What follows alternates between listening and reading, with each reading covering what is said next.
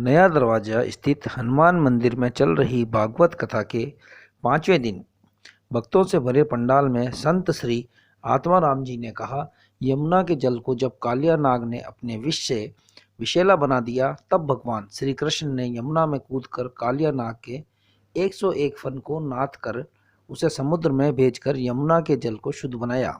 श्री कृष्ण एक अच्छे पर्यावरणविद थे। ये विचार नया दरवाजा स्थित हनुमान मंदिर में चल रही भागवत सप्ताह के दौरान पुष्कर के संत श्री अमृत राम जी व्यक्त कर रहे थे। उन्होंने कहा, हर मनुष्य को प्राकृतिक प्रेमी होना चाहिए। तीर्थों में जाकर उन्हें स्वच्छ रखना चाहिए। नदियों के जल व सरोवर को भी जल को स्वच्छ रखना चाहिए। आज कथा में पूतना वध प्रसंग में उन्होंने कहा, जिन घरों में भगवान के नाम का सुमिरन नहीं होता है, उन घरों में पूतना जैसी राक्षसियों का प्रभाव होता है। कथा में वस्त्र हरण लीला प्रजापति ब्रह्मा के मोह को अपना ऐश्वर्य दर्शन कराया गया। आज के दिन गोवर्धन भगवान को 56 भोग लगाकर गोवर्धन पूजा का प्रसंग सुनाकर संत श्री ने श्रोताओं को मंत्र मुग्ध कर दिया। कथा में बीकानेर के संत श्री गोपाल राम जी, रामद्वारा के संत भागीरथ जी शास्त्री भी उपस्थित थे। कथा के अंत में आरती पूजन किए जाने के पश्चात भागवत समिति के समस्त सदस्यों ने प्रसाद का वितरण किया। पहले भोजन करो, और अभी तो कोई पानी की कमी है नहीं, जल की कमी है नहीं। सहस्त्रम स्नानमाचरे, फिर कहा लक्ष्य विहाय दातव्यम, लाख काम सामने जरूरी क्यों न हो, लेकिन पहले दरवाजे पर यदि कोई भिक्षार्थी आया है तो उसको भिक्षान्न दो। लक्ष्य विहाय दातव्यम कोटिम त्यक्त्वा हरिम भजे। करोड़ काम सामने जरूरी क्यों न हो, लेकिन पहले भगवान के नाम का जप करो, ये जरूरी काम है, पहला जरूरी। सतम विहाय भोक्तव्यम सहस्त्रम स्नानमाचरे, लक्ष्य विहाय दातव्यम कोटिम त्यक्त्वा हरिम स्मरे। करोड़ काम छोड़ो, पहले भगवान की कथा श्रवण करो, सत्संग श्रवण करो, ये सबसे पहला जरूरी है। देखो, शरीर में यदि बुखार आ जाए, ध्यान से सुनना, शरीर में बुखार आ जाए तो किसी युग में कृष्ण, किसी युग में पीत वर्ण में आता है, किसी युग में रक्त वर्ण लेकर के आता है, लेकिन ये द्वापर युग में कृष्ण वर्ण लेकर के आए। इसलिए इसका प्रथम नाम गर्गाचार्य जी ने कहा, मैं कृष्ण रखता हूँ। और चंद्रवंश की शोभा को बढ़ाया है तो चंद्र भी जोड़ दिया, नाम रख दिया चंद्र। उसके बाद में तो और भी बहुत सारे नाम, वसुदेव का बेटा है तो वासुदेव भी कहलाए। अनेक अनेक नाम भगवान कृष्ण के, लेकिन मुख्य नाम कृष्ण चंद्र गर्गाचार्य जी ने रखा। नामकरण करने पर गर्गाचार्य जी के द्वारा जय घोष हम लोग करें। बोलिए कृष्ण चंद्र भगवान की जय। तो राम एक का नाम और दूसरे का नाम है कृष्ण। हमारे भारतवर्ष में ये दो नाम भगवान के लोकप्रिय हुए, और वैसे तो भगवान के हजारों नाम है। गिरधारी थारा नाम हजार, कैया लिखूं कंकुम पत्तरी, ऐसा आप माताएं भजन गाती रहती हैं। तो ऐसे ही भगवान के हजारों नाम, गोपाल सहस्त्र नाम, कृष्ण के भी 1000 नाम है। शिव सहस्त्र नाम, हनुमत सहस्त्र नाम, ऐसे हजारों नाम है। गणेश सहस्त्र नाम, तो भगवान के हजारों नाम है। लेकिन उन हजारों नाम में भगवान के जो दुनिया में दो नाम लोकप्रिय हुए ना, वो राम नाम और दूसरा है कृष्ण नाम। ये बहुत ज्यादा लोकप्रिय बने। आखर मधुर मनोहर दो, वरण विलोचन जन जिए दो। तो राम नाम तो बड़ा मधुर है, बहुत छोटा है लेकिन बड़ा मधुर।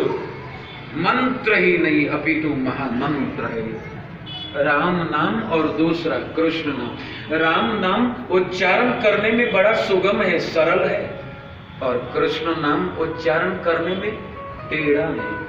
क्योंकि भगवान श्याम सुंदर भी टेढ़े हैं, टेढ़े हैं ना भगवान। बांके बिहारी जिसको कहते हैं, बांके बिहारी, बांका है, नख से लेकर के सिख तक बांकापन ही बांकापन है, टेढ़ापन ही टेढ़ापन है। तो भगवान श्री कृष्ण का जो नाम है वो नाम भी टेढ़ा है, बोलने में भी हमारा मोट है, जैसे मुड़ गया कृष्ण। और राम बोलते हैं तो बहुत सरल सीधा नाम है, राम नाम और कृष्ण नाम। तो दो नाम लोकप्रिय हुए और दो धाम हमारे यहाँ पर लोकप्रिय हुए, एक श्री वृंदावन धाम। कोई भी इसका कोई रिश्तेदार, कोई सगा, कोई संबंधी मित्र घर में आता है तो मेरे को बुलवाता है, बोलो तोते राम राम, तो मैं भी राम राम करता हूँ। कहीं नहीं कहते ऐसे मिट्टू राम राम, तो राम राम बोलता है, मिट्टू सीता राम सीता राम। जिसके घर में जैसा रहता है वैसा वो बोलता है, वातावरण जैसा होता है। कोई कसाई के घर में तोता था तो वो तोता तुम्हारा कोई उसको लेकर के आया ना, तो मैंने उसको देखा तो वो और कुछ बोलता ही नहीं। राम राम कहो तो बोलेगा नहीं, सीताराम कहो तो बोलेगा नहीं, उसको कहो फूफी तो फूफी बोल देता है। ऐसा मैंने देखा, तो जैसा उसको रटाओ वैसा रट लेगा। तो तोते ने कहा कि मैं रोज राम राम बोलता हूँ लेकिन बंधन से मुक्त नहीं हुआ।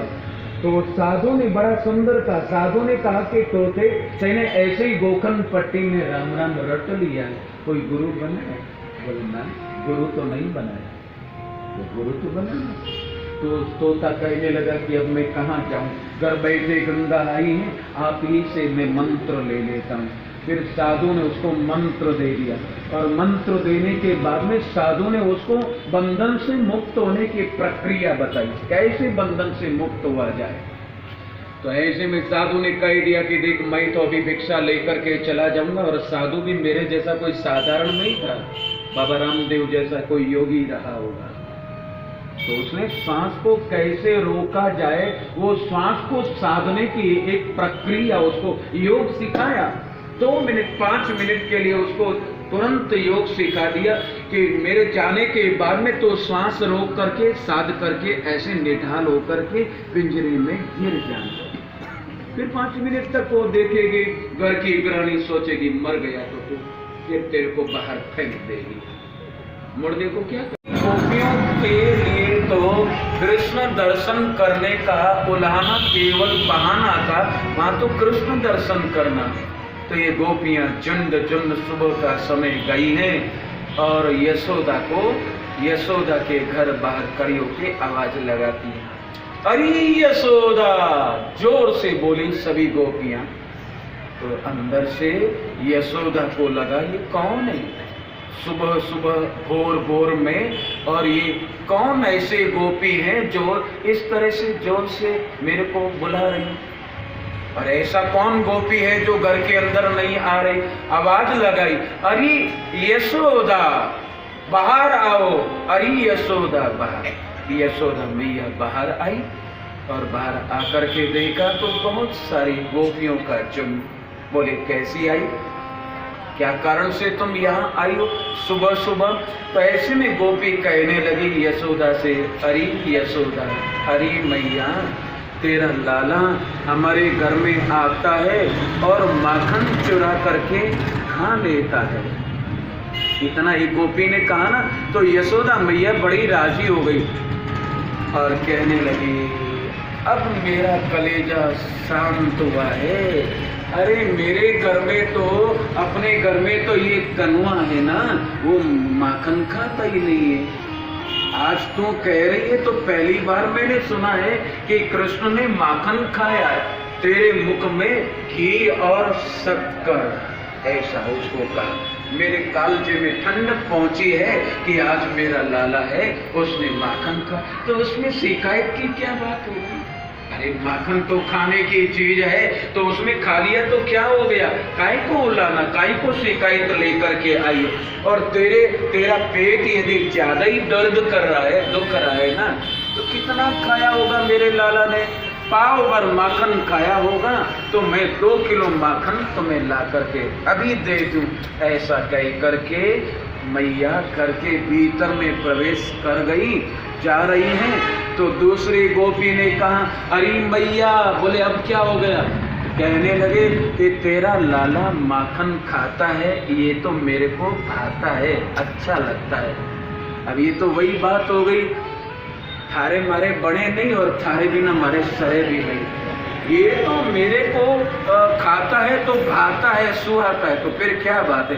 तो गोपी ने कहा कि ये खुद तो नहीं खाता है इतना, लेकिन अपने सखाओं को, मित्रों को खिलाता है। बोले ये तो बहुत सुंदर बात है। तीसरी गोपी ने कहा कि मरकान बुक्सम, बंदर और बालू, उनको भी खिलाता है। बोले मेरे लाला का यही तो सबसे बड़ा गुण है। क्या गुण है? बोले वो अकेला नहीं खाता है, अपितु वह बांट करके खाता है। कई लोग होते हैं जो बांट करके खाते हैं और कई लोग हैं अकेले ही खा लेते हैं। तो अकेला खाता है वो कहाँ जाता है? बोलो ना, बांट करके खाना और वैकुंठ में, याद है ना, और अकेले खाना और नरक में। ये नरक वाली बात, उसमें डर लग रहा है थोड़ा सा। यूं भरने को तो दुनिया में पशु भी पेट भरते हैं, यूं भरने को तो दुनिया में पशु भी पेट भरते हैं, पशु भी पेट भरते हैं। जो बांट कर खाए उसे इंसान कहते हैं, जो बांट कर खाए उसे इंसान कहते हैं। गोपी ने मैया से कहा, अरे मैया, ये बंदर को खिलाता है, भालू को खिलाता है, श्रीदामा, मधुमंगल, मनसुखा, इन सब दोस्तों को, यारों को खिलाता है। ये तो बात समझ में आती है फिर भी, लेकिन ये माखन खाए तो खाए, लेकिन जो माखन और बिलोने हैं, बिलोने होते हैं ना पांडे, उनको भी फोड़ देता है। पांडम बिनत्ति। तो ऐसे में यशोदा मैया को लगा कि नहीं, ये बात तो गलत करता है। तो ऐसे में मैया ने आवाज लगाई, कन्हैया तो भीतर ही बैठे थे, तो मैया ने आवाज लगाई, कन्वा, ये कृष्ण, ये भगवान, ये द्वारिकाधीश, ये गोवर्धन धारी, ये तो हम लोग बोलते हैं, लेकिन मैया तो कन्वा, कन्वा जैसे ही बोला ना, कन्वा, तो अंदर से आवाज आई, हाँ मैया जरा बाहर आओ। तो अब ये गोपियां जो आई हैं ना, बड़ी राजी हो गई। हम तो आई थी इसीलिए दर्शन करने के लिए, ठाकुर जी महाराज बाहर पधारे, तो ये गोपियां हैं, दर्शन करके धन्य बन जाती हैं। बोलिए कृष्ण चंद्र भगवान की जय। आई हैं वृंदावन में, यहाँ भी कंस के द्वारा प्रेषित अनेक राक्षस है। धैनुकासुर, अगासुर, वत्सासुर, बकासुर, इनका भगवान उद्धार करते प्रजापिता ब्रह्मा का संशय अपना ऐश्वर्य लीला दिखा करके और उस संशय का निराकरण करते हैं। उसके पश्चात में जमुना का जल कालिए नाग के विष के द्वारा प्रदूषित हुआ। भगवान ने छलांग लगा करके जमुना में काली नाग का मथन करके और उसके 101 फन उसका अहंकार उसको चूर्ण करके, और भगवान श्री कृष्ण ये उसको समुद्र का रमणक द्वीप में भेजते हैं, और ऐसे यमुना जल को जो प्रदूषित हो गया था उसको स्वच्छ बनाने का कार्य करते हैं। एक अच्छे पर्यावरणविद कैसा होना चाहिए, ये भगवान श्री कृष्ण की इस लीला से हमारे को सीखना चाहिए। वर्षा ऋतु, उसके चले जाने के बाद में शरद ऋतु आई, और शरद ऋतु में भगवान अपने अधरों पर वेणुनाद करते हैं। जड़ चैतन दोनों प्रकार की प्रकृति है, वो महाराज स्तब्ध हो जाती है। और ऐसे में मार्गशीर्ष का महीना आया, और मार्गशीर्ष के महीने में सभी ब्रज की गोपियां हैं, कात्यायनी पूजा करती हैं। एक दिन के बाद कात्यायनी पूजा, जमुना की मिट्टी उसका मूर्ति बनाती है महादुर्गा की और पूजा करती हैं, प्रार्थना करती है कि हे महामाया, हे महादुर्गा, कृपा करो हमें कृष्ण नंद का चोरा पति के रूप में प्राप्त हो जाए। इस संस्कृत का जो मंत्र है ना, बहुत सारी कन्याएं हैं जिनका विवाह नहीं होता है, उन कन्याओं को ये मंत्र का जप करना चाहिए, जल्दी शीघ्र विवाह होता है। कात्यायनी महामाये महायोगिन्यतेश्वरी। तो ये गोपियों ने प्रार्थना किया। एक दिन की बात, रोज स्नान करती है जमुना में, प्रार्थना करती। एक दिन निर्वस्त्र स्नान करने लगी, भगवान को सूचना मिली, सखाओं सहित भगवान पधारे और यहाँ आकर के वस्त्र हरण करते हैं, पेड़ पर उनको लटका देते हैं। और उसके बाद में ये सभी गोपिकाएं बाहर देखती हैं तो कपड़े नहीं हैं। तो ऐसे में गोपिकाओं ने ऊपर की तरफ देखा तो सखाओं सहित श्याम सुंदर बैठे। डर भी बताया कि मथुरा के राजा कंस को हम शिकायत कर देंगे। भगवान कहने लगे कि तुम्हें जिसको शिकायत करना हो उसको शिकायत करो, लेकिन तुमने जो है वो अधर्म का काम किया। मेरे को तो तुम कहते हो कि अधर्म का है, तो तुमने कौन सा धर्म का काम किया है? जल में निर्वस्त्र स्नान करना, ये जल के देव वरुण देव का निरादर होता है, अपमान होता है, तुम्हें ऐसा नहीं करना चाहिए। तो क्षमा मांगी सभी गोपियों ने। उसके बाद भगवान से कहा हमारे वस्त्र दो। भगवान ने कहा जिस स्थिति में हो लौट आओ, हम वस्त्र दे देंगे। जिस स्थिति में गोपियां थी बाहर निकल करके आई, भगवान ने वस्त्र दिए। अब ये वस्त्रों को पहना, लेकिन ये वस्त्र हरण लीला जो भगवान करते हैं ना, तो ये तो केवल कथा है, लेकिन उसका तात्विक अर्थ है कि भगवान ये वासना का जो कपड़ा है ना उसको हरण करते। कपड़ा है शरीर पर, शरीर दिखाई नहीं देता, बस इसी तरह से शरीर है तो आत्मा दिखाई देती नहीं, तो वासना है तो आत्मा दिखाई देती नहीं। तो उस वासना रूप वस्त्र को भगवान श्याम सुंदर यहाँ पर हरण करते, यज्ञ पत्नियों पर अनुग्रह करते हैं, कृपा करते हैं। अब हम गिरिराज पर्वत की पूजा के उस प्रसंग की ओर चले।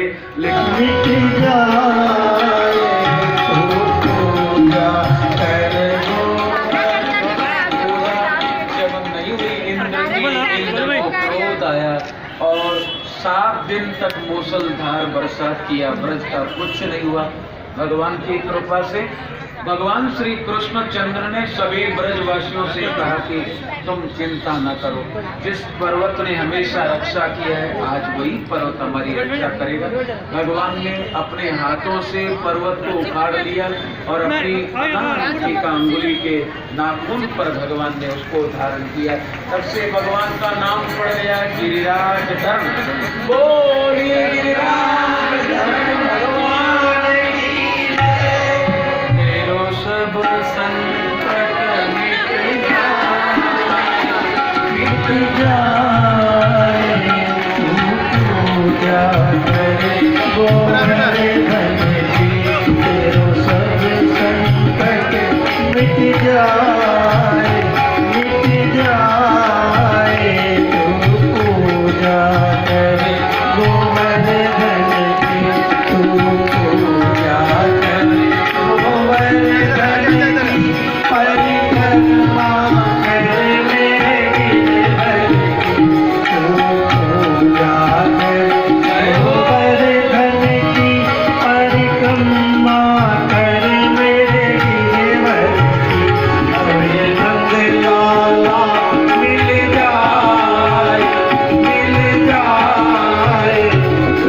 पूजा करे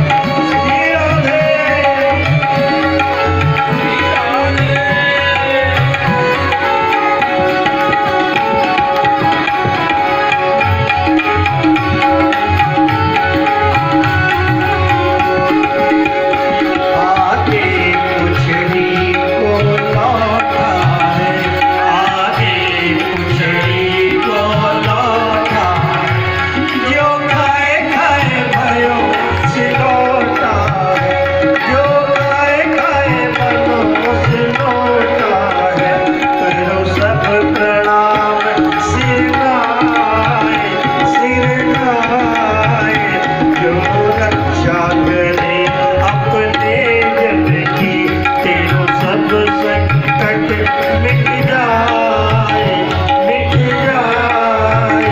तू पूजा कर जाए, कट जाए। तू पूजा कर गोवर्धन की, परिक्रमा पूर्ण हुई पूर्ण काम।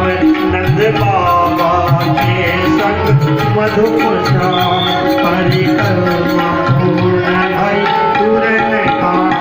नंद बाबा के संग मधुपुर श्याम, कर जोड़े शीश नवाए। ओम भाई आनंद करो विधि पूजन की, तेरो सब संकट मिट जाए, कट जाए। तू पूजा कर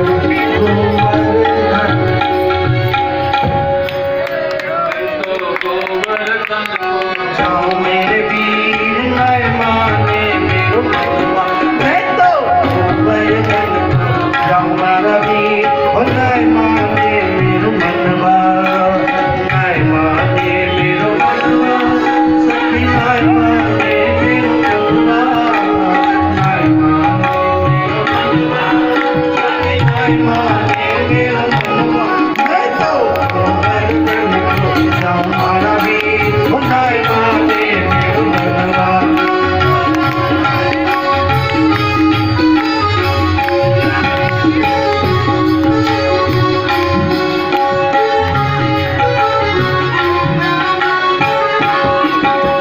सात कोस की जय परिक्रमा, सात कोस की जय परिक्रमा, सात कोस की जय परिक्रमा, सात कोस की जय परिक्रमा। मैं तुम्हारी